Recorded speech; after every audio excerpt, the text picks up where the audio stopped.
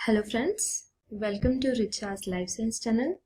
मैं हूं आपकी एजुकेटर रिचा और आज हम पढ़ेंगे डीएनए के बारे में।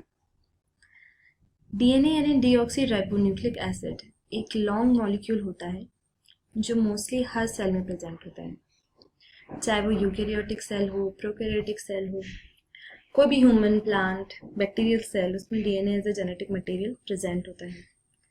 अगर हम यूकेरियोटिक सेल की बात करें तो डीएनए न्यूक्लियस में पाया जाता है, जबकि प्रोकैरियोटिक सेल में न्यूक्लियस ना होने की वजह से न्यूक्लियोइड में प्रेजेंट होता है। इसके अलावा बैक्टीरियल सेल में एक्स्ट्रा क्रोमोसोमल डीएनए मिलता है जिसे हम प्लाज्मिड कहते हैं। डीएनए कई सेल ऑर्गेनेल्स में भी पाया जाता है, जैसे माइटोकॉन्ड्रिया, क्लोरोप्लास्ट। डीएनए एक हेरिडिटरी मटेरियल होता है जो किसी भी जेनेटिक इन्फॉर्मेशन को एक जनरेशन से दूसरे जनरेशन में फॉरवर्ड करने के लिए रिस्पॉन्सिबल होता है। सेल में अगर कोई भी डेवलपमेंट हो रहा है या कोई भी फंक्शन सेल परफॉर्म कर रही है, उसके पीछे भी डीएनए रिस्पॉन्सिबल होता है। आइए डीएनए की डिस्कवरी कैसे हुई ये देखते हैं। डीएनए एक न्यूक्लिक एसिड होता है, तो सबसे पहले फ्रेडरिक मिशन ने न्यूक्लिक एसिड डिस्कवर किया था, लेकिन वो प्रोटीन के साथ मिला हुआ था, इसलिए उन्होंने उसे न्यूक्लिन नाम दिया, यानी न्यूक्लिक एसिड प्लस प्रोटीन। उसके बाद पहली बार न्यूक्लिक एसिड बिना प्रोटीन के रिचर्ड अल्टमान ने डिस्कवर किया। फिर उसके बाद एक साइंटिस्ट आए, ग्रिफिथ, जिन्होंने एक एक्सपेरिमेंट परफॉर्म किया बैक्टीरियल सेल के ऊपर, और उन्होंने देखा कि बैक्टीरियल सेल कैपेबल हैं जेनेटिक इन्फॉर्मेशन को फॉरवर्ड करने के लिए, और जो फैक्टर उसके लिए रिस्पॉन्सिबल था, जिसे आज हम डीएनए कहते हैं, उन्होंने उसे ट्रांसफॉर्मिंग एलिमेंट या ट्रांसफॉर्मिंग फैक्टर नाम दिया। सबसे पहले डीएनए का स्ट्रक्चर जो आज हम जानते हैं वो वॉटसन और क्रिक ने दिया था। इसके लिए उन्होंने नोबेल प्राइज भी प्राप्त किया। आज हम डीएनए के स्ट्रक्चर को जो पढ़ते हैं, हम वॉटसन और क्रिक के स्ट्रक्चर को ही ज़्यादा फॉलो करते हैं। उन्होंने जो स्ट्रक्चर दिया उसकी हम कंपोजिशन देख लेते हैं। तो डीएनए 3 चीज़ों से मिलकर बना होता है, शुगर, नाइट्रोजनस बेसिस और ट्राइफॉस्फेट ग्रुप। शुगर जो होती है वो राइबोस शुगर होती है। राइबोस शुगर एक पेंटोस शुगर होती है, मतलब 5 कार्बन शुगर होती है, लेकिन डीएनए की शुगर को हम डीऑक्सी राइबोस कहते हैं। डीऑक्सी राइबोस इसलिए क्योंकि राइबोस शुगर में सेकेंड नंबर के कार्बन पर हाइड्रोक्सिल ग्रुप होता है, लेकिन डीएनए के सेकेंड नंबर के कार्बन पर हाइड्रोक्सिल ग्रुप एब्सेंट होता है, इसलिए हम इसे 2-डीऑक्सी या फिर डीऑक्सी राइबोन्यूक्लिक एसिड कहते हैं। नाइट्रोजनस बेसिस 2 टाइप के होते हैं, प्यूरिन और pyrimidine. Purine double carbon ring होती है, मतलब उसमें 2 रिंग होती है, और अगर हम पायरिमिडिन की बात करें तो वो सिंगल रिंग होता है। आप इसे ऐसे भी याद रख सकते हैं कि छोटा नाम है तो बड़ा स्ट्रक्चर होगा, और ये बड़ा सा नाम है तो छोटा स्ट्रक्चर होगा। प्यूरिन 2 टाइप के होते हैं, एडेनिन और गुआनिन, जिसे हम ए और जी से डिनोट करते हैं। और पायरिमिडिन 3 टाइप के होते हैं, साइटोसिन, थायमिन और यूरेसिल। लेकिन डीएनए में थायमिन होता है और आरएनए में यूरेसिल प्रेजेंट होता है।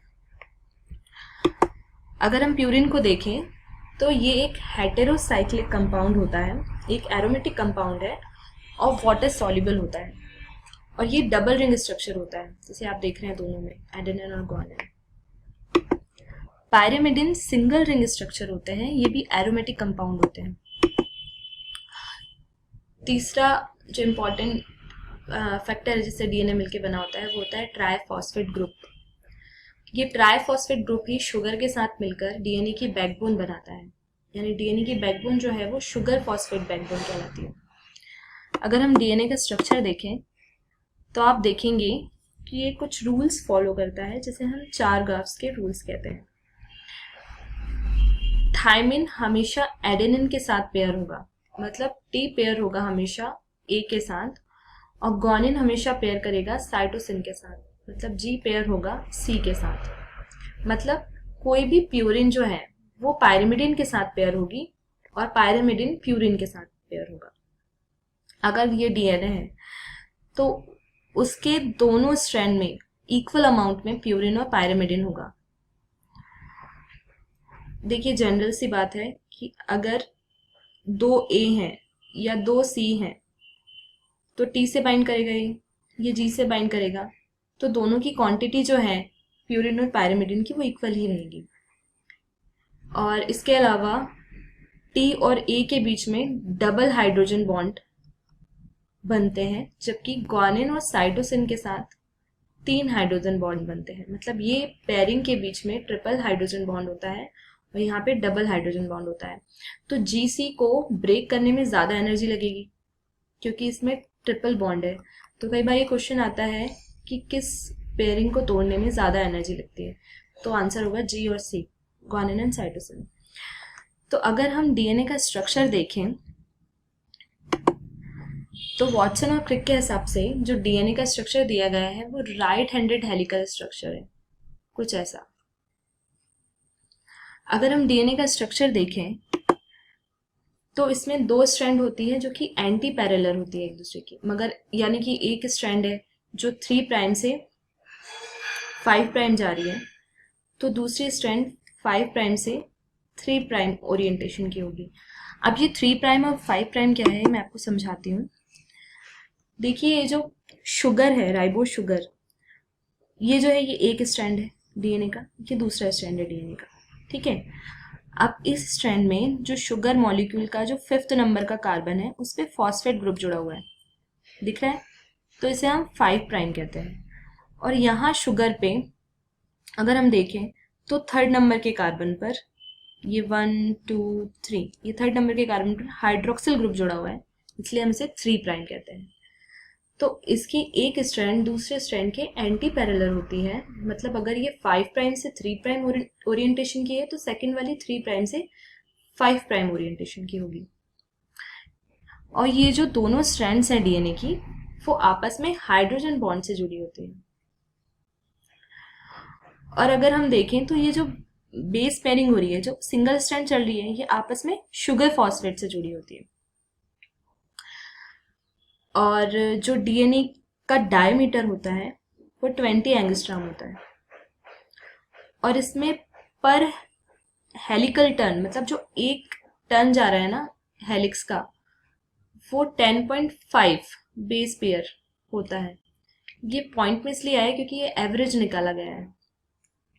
इसके अलावा इसमें 2 ग्रूव होते हैं, जैसे आप देख रहे हैं स्ट्रक्चर डीएनए का, ये 2 स्ट्रैंड हैं, वो 2 ग्रूव बनाते हैं। ये थोड़ी सी छोटी जगह दिख रही है, इसे हम माइनर ग्रुप कहते हैं, माइनर ग्रूव कहते हैं।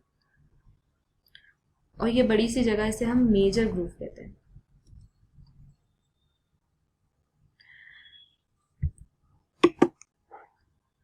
जो डीएनए होता है वो बी फॉर्म का होता है, जो हम स्टडी करते हैं। जो अभी मैंने स्ट्रक्चर आपको बताया वो डीएनए का बी फॉर्म है। इसके अलावा बहुत सारे फॉर्म होते हैं डीएनए के, जैसे कि ए फॉर्म, जी फॉर्म, जेड फॉर्म। पर जो नेचर में मोस्ट कॉमन फॉर्म होता है डीएनए का वो बी फॉर्म होता है। आगे आने वाली वीडियोस में हम डीएनए के ऊपर जितने भी एमसीक्यूज पूछे गए हैं उसके बारे में डिस्कशन करेंगे। अगर आपको मेरा वीडियो अच्छा लगा है तो उसे प्लीज़ सब्सक्राइब कीजिए, शेयर कीजिए, लाइक कीजिए। Thank you.